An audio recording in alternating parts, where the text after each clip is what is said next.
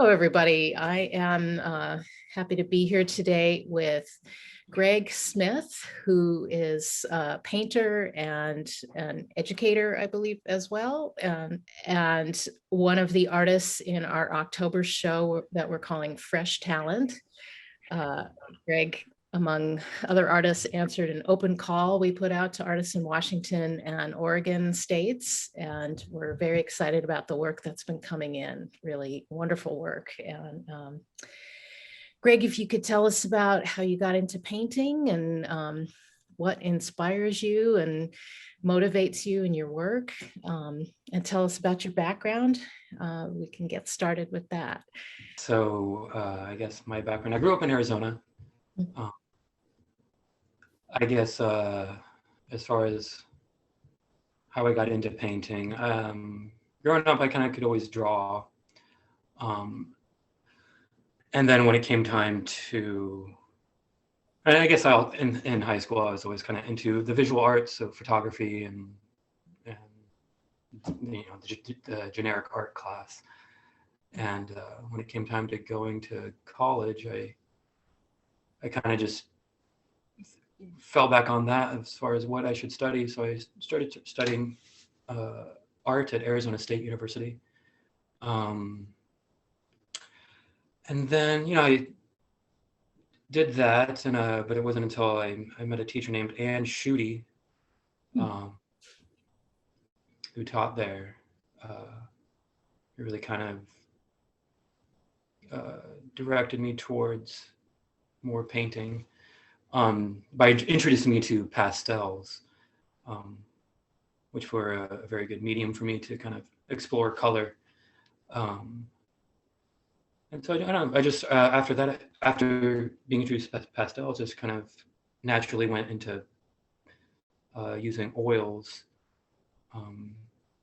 just because it's you can do more. You're less limited with, you can go over and over an area with painting. So and oil paints in particular, I imagine, because it takes so long before it really sets up. The paint, or your yeah,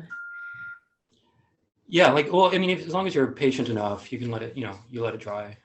Next day, it's good to go. If you painting thin enough, at least for me. Yeah, so that's how I got into painting. Yeah, your pieces have a kind of pastel quality to them. Yeah, Soft. kind of I'm drawn to that kind of that color. It's maybe it is from just my pastel background. So, I like softness at times. At least I'm tending to go in that direction. So, but and then you later went back to school for a master's in teaching, is that right? Yeah. So like after I graduated Arizona State, after a couple of years after that, I realized I needed to get out of Arizona because I'd grown up there. It's just not where I wanted to be. And so I moved up to Washington State, and then and I just kind of isolated myself and painted. And I don't know, after a couple years, I kind of had given up on painting for a little bit. And so I thought I needed to go a different direction in life. And so I studied, my plan was to become a math teacher. I did become, but it's not for me. So yeah, I studied teaching and math education at University of Washington. Yeah, and then after I graduated UW, I took a job in Spain for a year and did the teaching thing there. And then I came back and taught at Garfield High School. And after that, I was like, teaching math is just not for me. And I miss painting way too much. I can't imagine going through life and not having devoted myself to painting. So yeah, I gave up on that and went back to painting full time. Have you taught painting at all, or was it just teaching? No, I've been trying to honestly get into teaching art, but with the pandemic, it's been a rather difficult um, thing to crack into. Yeah, can you describe your technique a bit? You say you work with the paint kind of on the thin side, and it seems like your Yeah, surfaces are fairly smooth. well, it's kind of been a gradual process to that. So before I became a father, I had hours and hours that I could devote to a painting, every day, and so I could really build up and go pretty thick and pretty detailed if I wanted to, and I that was my natural inclination because I enjoy going into kind of detailed a little. Building up an area to where it just glows. Um, but after becoming a dad, I don't have a lot of time every day. I needed to, and I guess, and I was just hitting my head against the wall. I felt by continuing to paint the way I did, and so I've needed to kind of adapt because of fatherhood, and so, and what that has entailed is painting thinner, focusing more on color, um, focusing. I mean, I always have focused on composition, but really focusing more on that. Your pieces have this very kind of quiet quality, almost like as a viewer, I feel like I'm getting a window into somebody's private moment. Yeah, no, I'm a very quiet person.